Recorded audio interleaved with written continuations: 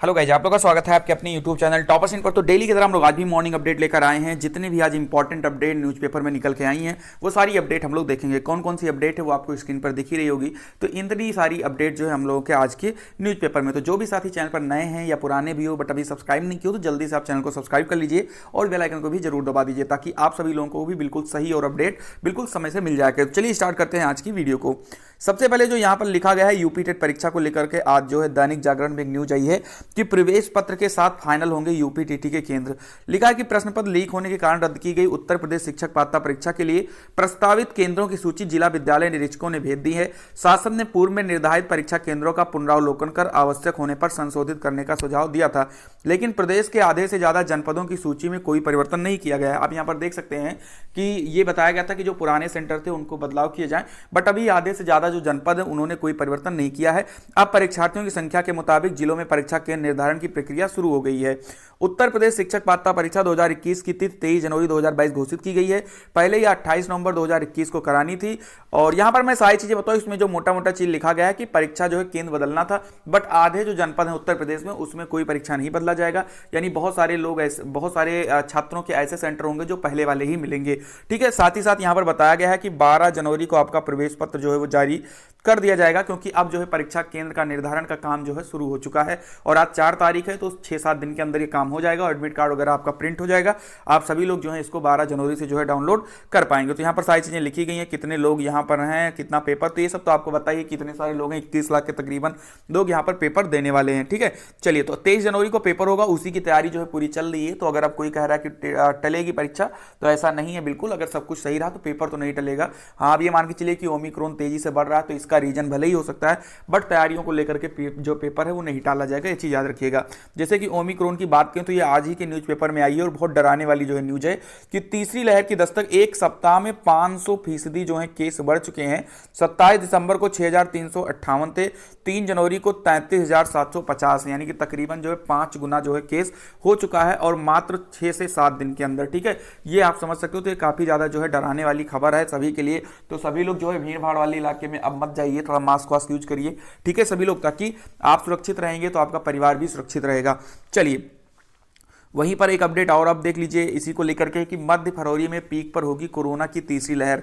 ठीक है, ये काफी जो है डराने वाले आंकड़े हैं। बहुत सारे राज्य में जो है कर्फ्यू वगैरह लगाने का इंतजाम हो रहा है। बहुत सारे जो राज्य हैं उसमें जो है इस शिक्षण संस्थान बंद किए गए हैं, कर्फ्यू पर थोड़ा ध्यान दिया गया है। बट अभी जहां पर चुनावी राज्य हैं अभी वहां पर कुछ ऐसा नहीं हो रहा है और यही सब सोच के डर भी लग रहा है कि भाई ऐसा तो है नहीं कि जहां पर चुनाव है वहां पर कोरोना नहीं फैल रहा, फैल वहां पर भी रहा है। तो ऐसे में जो है थोड़ी सख्ती का पालन करना चाहिए, नहीं तो फिर एक बार में फिर बहुत ज्यादा दिक्कत हो जाएगा। चलिए, अब हम बात करते हैं अगली अपडेट जो है टैबलेट और स्मार्टफोन को लेकर के है कि 814 करोड़ रुपए जो हैं फिर दिए गए हैं। इसको लेकर के युवाओं को टैबलेट और स्मार्टफोन देने के लिए 814 करोड़ रुपए और दिए गए हैं। आईटी एवं इलेक्ट्रॉनिक्स विभाग की ओर से यह धनराशि दी गई है ताकि युवाओं को स्मार्टफोन व टैबलेट देने के लिए कोई व्यवधान न हो। विशेष सचिव आईटी एवं इलेक्ट्रॉनिक्स कुमार विनीत की ओर से स्मार्टफोन व टैबलेट की आपूर्ति करने वाली फार्मों को धनराशि जारी करने का आदेश दिया गया है। बीती 17 दिसंबर से 30 दिनों के भीतर 2.88 लाख टैबलेट के लिए प्रति 12,606 रुपए की दर से 363 करोड़ रुपए और 4.2 लाख स्मार्टफोन के लिए प्रति स्मार्टफोन 10,470 रुपए की दर से कुल 451 करोड़ रुपए जारी किए गए हैं।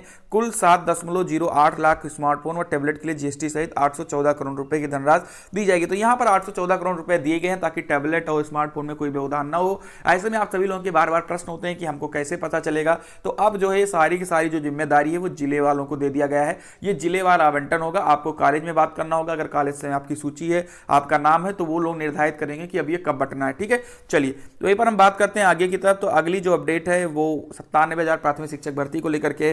जैसा कि आप सभी लोगों को पता है कि सभी छात्र जो हैं 97,000 प्राथमिक शिक्षक भर्ती की मांग कर रहे हैं। ठीक है, ऐसे में आप देख सकते हो कल छात्र लोग वहां पर इकट्ठा भी हुए, विधानसभा का जो है घेराव भी किया। पुलिस से जो है काफी ज्यादा हम कहें मुठभेड़ में कहें, मुठभेड़ क्या कहें, हम कहें कि हाथापाई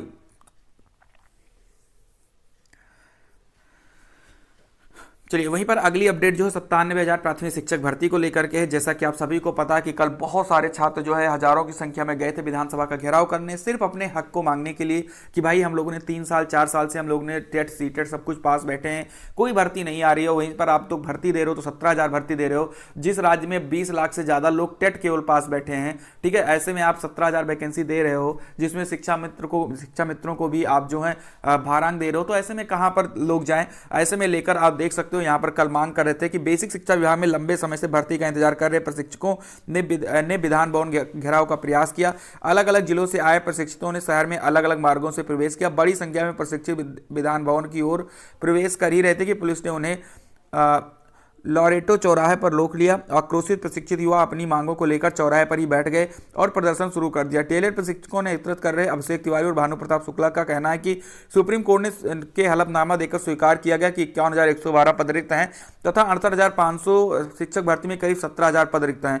इन सभी पदों को जोड़ लिया जाए तो करीब 90,000 से 1 लाख पद खाली हैं। प्रदर्शन पर डटे अभ्यर्थियों को मनाने में पुलिस को 6 घंटे लगा। शाम करीब 4 बजे बेसिक शिक्षा मंत्री सतीश द्विवेदी से मुलाकात कराए जाने के आश्वासन पर प्रशिक्षकों ने प्रदर्शन समाप्त किया और इको गार्डन चले गए। प्रशिक्षकों का कहना था कि शासन प्रशासन की ओर से शाम को पुलिस टीम 5 प्रशिक्षकों को लेकर मंत्री से उनके विधानसभा क्षेत्र इटावा में मुलाकात के लिए रवाना हुई। उम्मीद है कि वार्ता सफल होगी। ठीक है, यहाँ पर हम आपको बता दें वहीं पर 69,000 शिक्षक भर्ती को लेकर के भी जो है प्रदर्शन जारी है। और भी यहाँ पर आप देख लीजिए। चलिए गाइस, तो वीडियो स्टार्ट करने से पहले आज हम लोग बात करने वाले हैं राम मनोहर लोहिया अवध यूनिवर्सिटी की बीएड फर्स्ट ईयर की बेस्ट बुक के बारे में। श्री विनोद पुस्तक मंदिर जो है ये बुक की नाम है और इसमें 3 जो कंपलसरी बुक हैं गुरुशरण दास त्यागी जी की, आप देख सकते हो, ज्ञान एवं पाठ्यक्रम। ये जो बुक है ये काफी बेहतरीन ढंग से डिजाइन किया गया है और गुरुशरण दास त्यागी जी की जो बुक है, आप किसी भी यूनिवर्सिटी में हो तो ये बुक जो है बहुत ही ज्यादा अच्छी है। हालांकि ये जो बुक के बारे में बता रही है राम मनोहर लोहिया अवध यूनिवर्सिटी की फर्स्ट ईयर की बुक है, तो अगर आप राम मनोहर लोहिया अवध यूनिवर्सिटी से हो तो आप इस बुक को ले सकते हो, क्योंकि इस बुक में बहुत सारी जो चीजें हैं वो बिल्कुल ही बेहतरीन ढंग से लिखी गई हैं। साथ ही साथ एग्जाम में कैसे प्रश्न आते हैं तो उसके लिए क्वेश्चंस भी आपको पीछे दिए गए हैं। तो आपको ये बुक जो है आपकी पढ़ाई में 4 चांद लगा सकती है, तो आप लोग इस बुक को ले सकते हो। साथ ही साथ इसकी 2 बुक और आती है जिसके बारे में जो यहाँ पर स्क्रीन पर मैंने लगा दिया है, आप देख सकते हो। तो इसकी टोटल 3 कंपलसरी बुक होती है, तो लिंक डिस्क्रिप्शन बॉक्स में। साथ ही साथ आप मार्केट से भी इसको परचेज कर सकते हो, दुकान पर भी मिल जाएगा। श्री विनोद पुस्तक मंदिर ये बुक का नाम है, आप लोग देख लीजिएगा। 69,000 शिक्षक भर्ती आरक्षित वर्ग के अभ्यर्थियों की चयन सूची फिर अटकी। जैसा कि आपको पता है कि ये बता दिया गया था कि इनकी चयन सूची आ जाएगी पहले 28 को, फिर जो है 3 को, और अब जो है फिर भी अटक गई है। तो इसमें क्या हो रहा है, क्यों लेट हो रहा है, ये तो अब सिस्टम ही समझ सकता है। लिखा है कि बेसिक शिक्षा में 69,000 शिक्षक भर्ती में आरक्षण विसंगति से चयन से वंचित अभ्यर्थियों की चयन सूची सोमवार को फिर से नहीं जारी हो सकी। ऐसा लगातार दोबारा हुआ है। इससे अब 6 जनवरी को नियुक्ति पत्र वितरण मुश्किल हो जाएगा।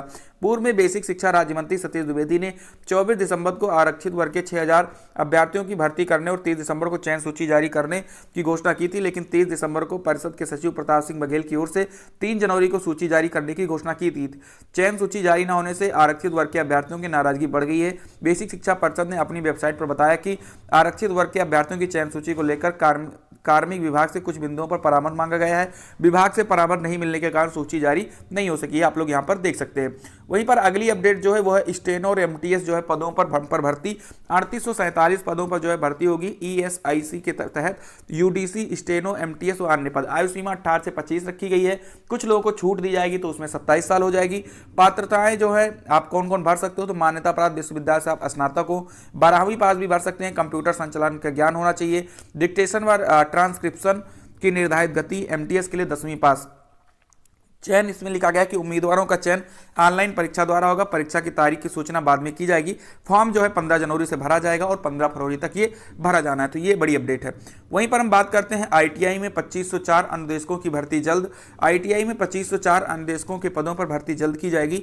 1 महीने के अंदर भर्ती प्रक्रिया को पूरा करने का लक्ष्य है। यह जानकारी व्यावसायिक शिक्षा एवं कौशल विकास विभाग के राज्य मंत्री कपिल देव अग्रवाल ने लोक भवन में सोमवार को दी है। देखो, इतनी सारी अपडेट आपको मॉर्निंग में मिल जाती है। ठीक है, आपको कोई भी न्यूज़पेपर पढ़ने की जरूरत नहीं है। आपको भी पता है कि इतनी सारी न्यूज़पेपर आप पढ़ भी नहीं सकते। कुछ अपडेट दैनिक में आती हैं, कुछ अपडेट हिंदुस्तान न्यूज़पेपर में आती हैं, कुछ जो है हमारी अमर उजाला में आती है। तो सारी अपडेट पढ़कर हम आपको मॉर्निंग में जो भी इंपॉर्टेंट अपडेट होती है वो सारी अपडेट हम आपको देने का प्रयास करते हैं। जो भी साथी नए हैं उनसे बस इतना ही रिक्वेस्ट है कि आप प्लीज़ चैनल को सब्सक्राइब कर लीजिए, ताकि आप सभी लोगों को सारी अपडेट समय से और बिल्कुल सही तरीके से मिल जाए। ठीक है, अब यहाँ पर लिखा है कि उन्होंने बताया कि यह भर्ती पिछले 13 साल से अटकी हुई थी। इसमें जो अड़चन आ रही थी उसे दूर किया गया है। उसके लिए पिछले दिनों सेवा नियमावली में बदलाव बदलाव भी किया गया है। यह भर्ती नई नियमावली के तहत की जाएगी। मंत्री ने बीते सालों की उपलब्धियों को गिनाते हुए कहा कि प्रदेश सरकार ने 31 दिसंबर 2021 तक 4,21,000 युवाओं को नौकरी दी गई है। प्रदेश के कुल 8.98 लाख युवाओं को रोजगार उपलब्ध कराए गए हैं। देख सकते हो आप यहाँ पर।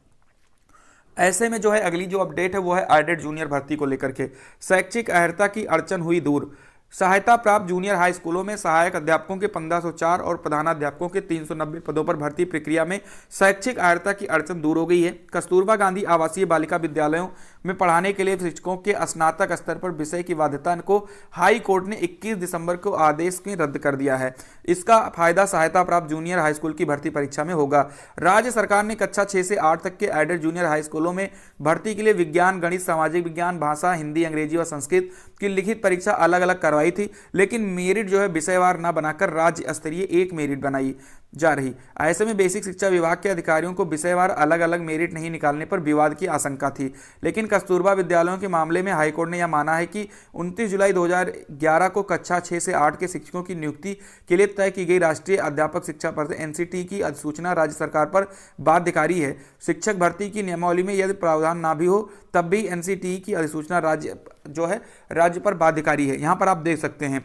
और यहाँ पर डीएलएड तृतीय सेमेस्टर को जो है प्रमोट करने की मांग को लेकर के प्रदर्शन हुआ है, आप यहाँ पर देख सकते हैं। साथ ही साथ जूनियर हाई स्कूल की शिक्षक भर्ती जल्द पूरी करने को लेकर भी घेराव हुआ है। सहायता प्राप्त जूनियर हाई स्कूलों की सहायक अध्यापक, प्रधानाध्यापक के 1894 पदों पर भर्ती जल्द पूरी करने की मांग को लेकर अभ्यर्थियों ने सोमवार को शिक्षा निदेशालय का घेराव किया। अभ्यर्थियों का कहना है कि परीक्षा का परिणाम 15 नवंबर को घोषित हुआ था। 1.5 महीने बाद भी प्रक्रिया शुरू नहीं हो सकी है। विधानसभा चुनाव की अधिसूचना जारी होने के बाद भर्ती में देरी होना तय है। ज्ञानवेंद्र सिंह, रामकुमार मौर्य, कुलदीप पांडे, सरोज पटेल आदि ने कहा कि जल्द प्रक्रिया शुरू नहीं हुई तो आंदोलन को बाध्य होंगे। ठीक है, तो यानी कि आप देख सकते हो कि हर एक चीज के लिए आंदोलन जो है किया जा रहा है। पहले भर्ती निकलवाने के लिए आप आंदोलन करो, फिर रिजल्ट निकलवाने के लिए आंदोलन करो, फिर ज्वाइनिंग करने के लिए आंदोलन करो, लास्ट में और कोई दिक्कतें आ जाए तो उसके लिए आंदोलन करो। यानी पढ़ाई से ज्यादा तो आंदोलन करना पड़ रहा है छात्रों को। ठीक है, चलिए अब यहां पर एक चीज और निकल के आई है कि चुनाव आयोग से लेनी पड़ सकती है अनुमति। सहायता प्राप्त जूनियर हाई स्कूलों की शिक्षक भर्ती में विधानसभा चुनाव बाधा बन सकता है। 17 अक्टूबर को आयोजित परीक्षा का परिणाम परीक्षा नियामक प्राधिकारी कार्यालय ने 15 नवंबर को घोषित किया था, लेकिन 1.5 महीने से अधिक बीतने के बावजूद नियुक्ति के लिए ऑनलाइन प्रक्रिया शुरू नहीं हो सकी। बेसिक शिक्षा विभाग ने शासन को प्रस्ताव भेजते हुए NIC से बात करते हुए अपनी तैयारी पूरी कर ली है, लेकिन आवेदन लेने के लिए शासनादेश का इंतजार है। अब यदि 1-2 दिन में शासनादेश जारी हो भी जाए तो नियुक्ति पत्र वितरण से पहले विधानसभा चुनाव की अधिसूचना जारी होने की पूरी संभावना है। ऐसा होता है तो सरकार को नियुक्ति पत्र देने के लिए चुनाव आयोग से अनुमति लेनी होगी। यानी कि अब जो है दिक्कतें बढ़ रही हैं। अगर कोई भी चीज का विज्ञापन अगर 2-3 दिन के अंदर नहीं आता है तो आप ये मान के चलिए फिर वो भर्तियां जो हैं फंसने के पूरे आसार हैं।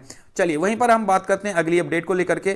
तो PCS मेंस जो उसकी आवेदन तिथि थी वो 6 तक जो है बढ़ा दी गई है और ये बड़ी अपडेट है। देख लीजिए 28 से 31 जनवरी तक होगी मुख्य परीक्षा कार्यक्रम जारी।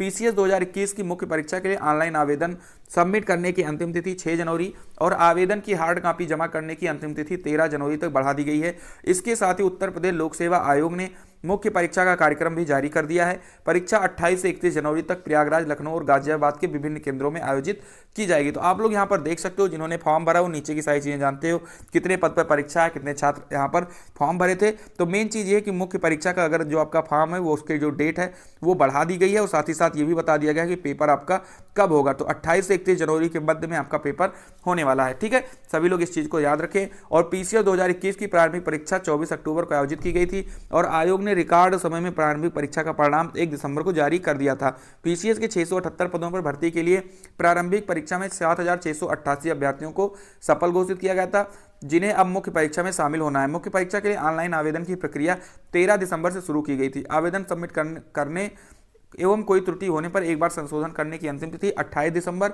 और ऑनलाइन फार्मासिस्ट की मुद्रित कॉपी संलग्नकों सहित UPPSC की जमा करने की अंतिम तिथि 4 जनवरी निर्धारित की गई थी, जिसे बढ़ाकर अब क्रमशः 6 जनवरी एवं 13 जनवरी किया गया है। इसके साथ ही आयोग ने मुख्य परीक्षा का कार्यक्रम भी घोषित कर दिया है। आयोग के सचिव जगदीश के अनुसार परीक्षा 2 सत्रों में सुबह 9:30 से अपराह्न 12:30 बजे और अपराह्न 2 से शाम 5 बजे तक आयोजित की जाएगी। 28 जनवरी को पहले सत्र में सामान्य हिंदी एवं दूसरे सत्र में निबंध का पेपर होगा। 28 जनवरी, ठीक है। वहीं 29 जनवरी को सामान्य अध्ययन प्रथम एवं द्वितीय और 30 जनवरी को सामान्य अध्ययन तृतीय एवं चतुर्थ प्रश्न पत्र की क्रमशः पहले एवं दूसरे सत्र की परीक्षा होगी। 31 जनवरी को पहले ऐच्छिक विषय पेपर 1 और दूसरे सत्र में ऐच्छिक विषय पेपर 2। तो अगर आपको इसका स्क्रीनशॉट लेना है तो आप इसका जो है स्क्रीनशॉट ले सकते हो ताकि आप अच्छे से इनको पढ़ सकिए। तो आज के लिए जो है इतनी सारी अपडेट थी। अगर अपडेट आपको पसंद आई हो तो प्लीज़ वीडियो को लाइक करिए और अगर आप चैनल पर नए हो तो सब्सक्राइब करना तो बिल्कुल ना भूलिए। मिलते हैं अगली वीडियो में किसी खास अपडेट के साथ, तब तक के लिए खुश रहिए, मस्त रहिए। जय हिंद, जय भारत।